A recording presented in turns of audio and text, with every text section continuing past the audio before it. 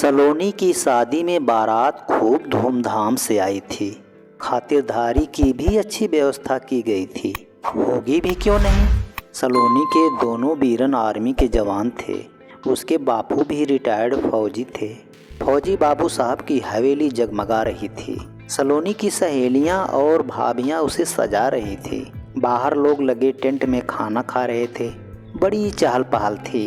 गांव के लोग और जानने वाले लोग इतने बड़े परोपकार को लेकर फौजी बाबू साहब एक प्रेम और मानवता की मूर्त को हृदय से नमन कर रहे थे।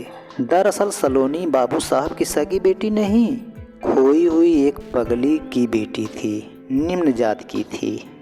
लगभग 15 साल पहले सरजू जी स्नान करने आए एक युवक सुखलाल काका की दुकान पर चाय पीते हुए बोला, काका, मेरे गांव में एक पगली रहा करती थी। न जाने वह कहाँ 3 दिन से अपनी बिटिया को ही छोड़कर गायब हो गई है।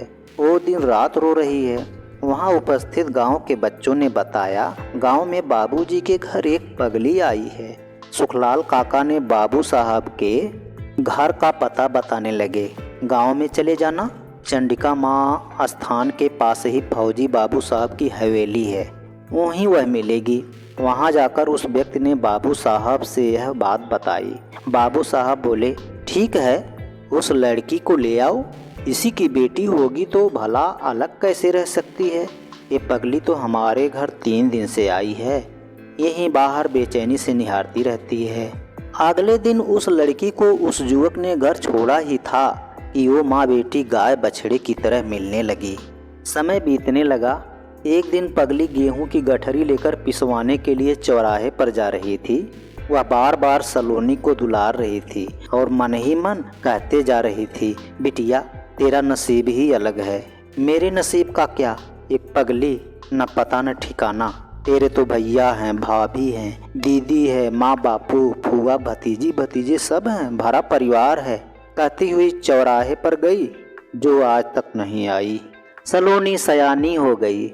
सलोनी का रिश्ता एक ठाकुर के लड़के से पक्की कर दी।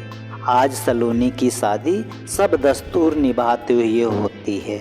सलोनी दुल्हन बनी कार में बैठी थी और दुल्हन सी सजी कार रेंगने लगी थी और द्वार पर खड़े बापू, माँ, भाभियों, सहेलियों की आंखें सलोनी के प्रति आशीर्वचन, ममता, स्नेह और प्रेम बरसा रही थी।